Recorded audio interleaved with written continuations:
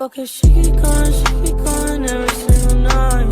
Day and night on my mind, pushing a cute vibe. How's it going, everybody? This is Tyler Drabo. Hope you're having another great day, and welcome back to another video. Alright, it's time for another edition of Haulin Games. In this series, I talk about all the pickups that I got into my video game collection every month, and for this one, I'm going to be talking about all the games that I picked up for the month of July of 2022. So on the 1-year anniversary in which I originally got the PlayStation 1, here are all the pickups that I have here for this month. It's a little bit lighter than I had for the June 2022 collection last month, but I still found some rather interesting finds, and also some ones that are a little out of the norm as well. And so these are some of the games that I decided to add to my collection that I caught that I really wanted for a while, or maybe some that really just caught my eye at the last minute. So this is a pretty good collection, so we're going to go ahead and get right into it. So I'm going to start out right here with the PlayStation 1 games, and not really a whole lot of excitement out most of these PS1 games, but they were some rather unique ones. So the very first one that I got here, not really much of a fan of, however, is called Wrecking Crew, which was released back in 1997. I'm going to be honest with you, it's really hard for me to be able to get a handle of this game early on because, you know, you're having to do a lot of things at the same time, particularly with shooting at other drivers while trying to be the first one off the line. So it's really going to be hard for me to get a handle of this game, but I've added it in my collection, and so I'm looking forward to seeing how much better I get at this game. The other racing game for this console that I got this month is Micro Machines V3. This is actually the prequel that I got for Micro Machines V4, which I do have for the PlayStation 4. You're playing as these micro RC cars across a whole bunch of courses, which a whole lot of real life objects around you, and really just being the first one to the line and destroying your other opponents as well. And so it's literally almost like remote control car racing, obviously, and that can be pretty fun for kids, and really for an adult that likes to play games that are really unique for kids. I feel like this is another good one that I felt like to add my collection, so happy to have this one. Next one that I have here is a rather unique beat 'em up game. This is called Cardinal Sin, which was released back in 1998. This is a beat up game that takes place in prehistoric times, in which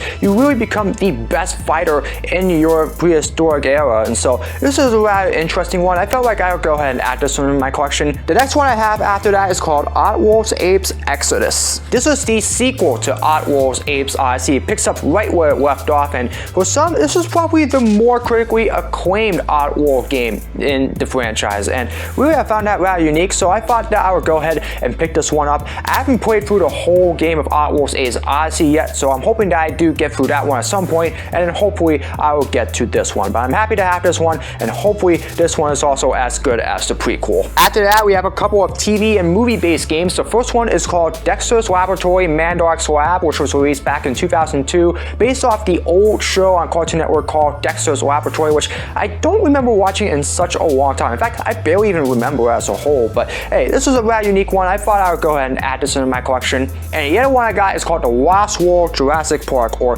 for some people, Jurassic Park The Lost World, or whatever one you want to put first. This is based off of the Jurassic Park film franchise, and really before Medal of Honor, this was really the signature video game franchise for DreamWorks Interactive, and so really I felt like that I would go ahead and get this one. I actually first caught this really about a couple of months back, so I felt like it would be good to add this, and so hopefully it's a good one. I know that there's a lot of unique takes on this game, and so hopefully I get to play this game sooner than later. Also, I gotta give a little bit of a shout out to the case as well. This is a really rather unique case that we got here because it's really a reflective one as well, so really unique one. I don't really think there are a lot of cases today that would really reflect that, so really props to EA and DreamWorks Interactive for the creativity on this one. And that'll do it for all the PS1 games that I got for this month on the 1-year anniversary that I got the PlayStation 1, and boy do I still love that console and all the games that I got to this day. I mean, I love it, and so hopefully here's to another great year of PlayStation 1 game collecting and playing as well. Anyways, we're gonna go ahead and move on to the PlayStation 2 now.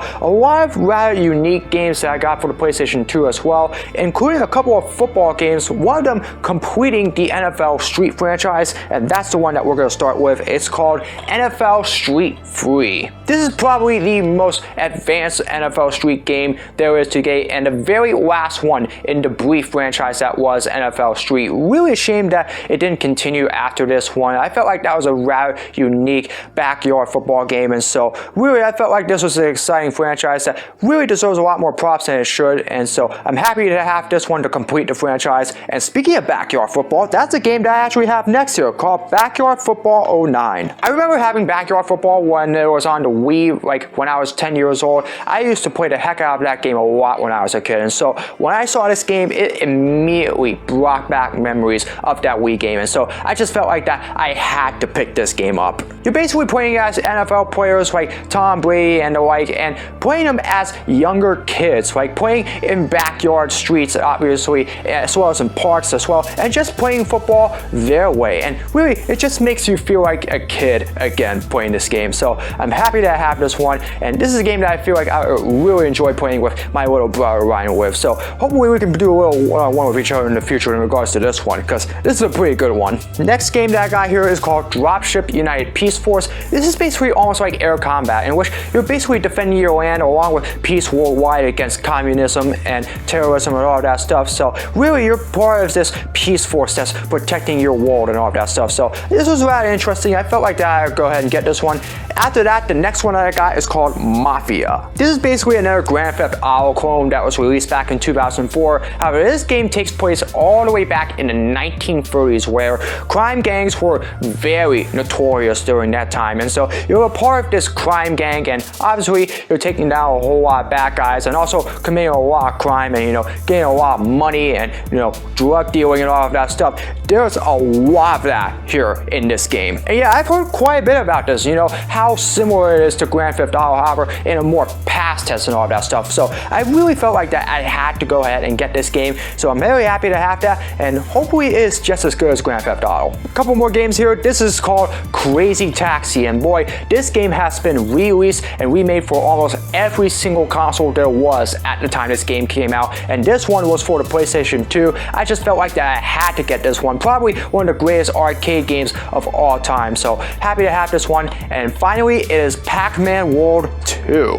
This game is the sequel to Pac-Man World, which I have for the PlayStation 1 and have already completed, and so I just felt like that I needed to pick this up, and if it is anything like the original Pac-Man World, I'm going to have a lot of fun playing this game. Hopefully it is as good as the original Pac-Man World, especially since it was a little bit difficult to beat early on and hopefully a little easier, but hey, either way, I loved Pac-Man when it was in the arcade during the early days, but the video game was also very good, and so hopefully this one is also very good as well. Moving on now to all the PlayStation 3 games. Now, unfortunately, I was only able to get one for this month. However, it was one that I do remember a little bit when it first came out back in 2011, and I just felt like that I needed to get this one in my collection when I finally found it, so I'm happy that I did so. This game is called Homefront. Released back in 2011, this game is almost like Battlefield along with, Dropship, which I have already. It's basically, defending your world against terrorists and all that stuff. It's really like, this alternative history game as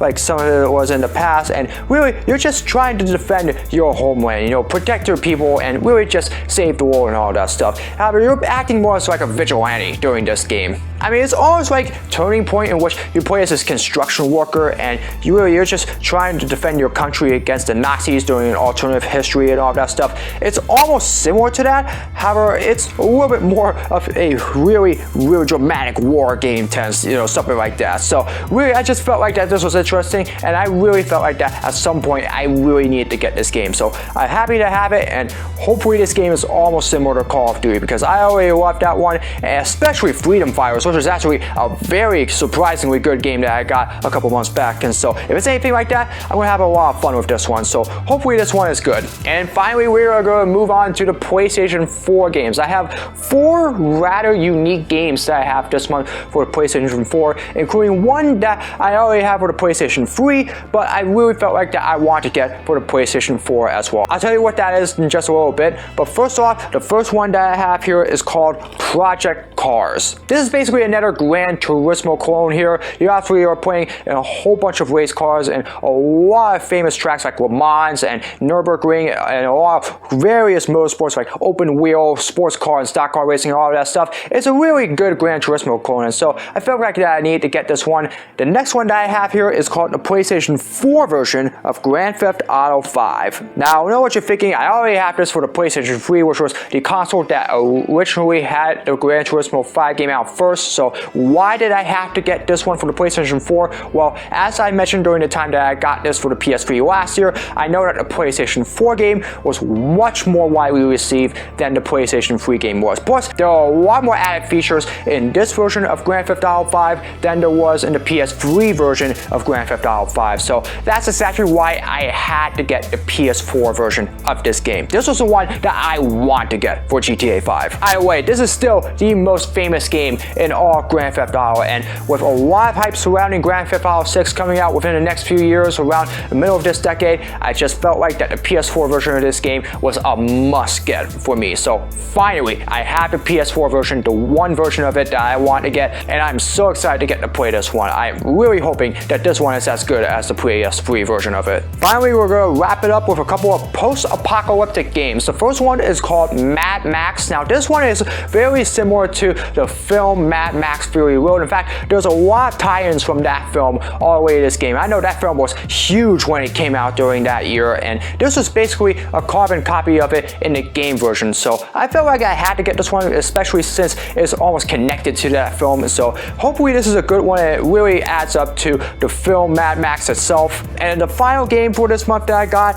is called Death Stranding. This game is almost uniquely similar to Days Gone. Obviously, it is another post-apocalyptic game in which you're facing off against a lot of zombie-like creatures, and basically it's just another fight for survival. You're just fending off all the zombies and hopefully finding the cure and really just, like saving the world and just trying to survive and all that stuff. It's another one of those rather wild, crazy games that it really puts you on the edge on your seat. It's another game for the PlayStation 4 that I really want to get, and so I'm really hoping that this one is good. And it's also very similar to The Last of Us 2, which, as I said before, I love that game. Still one of my favorite games of all time, and so hopefully this is almost very well connected and as good as The Last of Us as well. So I'm very excited to play this game, and I'm looking forward to getting to play it. Alright, that'll do it for all the games that I got for the month of July of 2022. Some rather unique ones, but not really a whole lot of excitement with most of them. Obviously games like Wrecking Crew and NFL Street and then Mafia and all that stuff,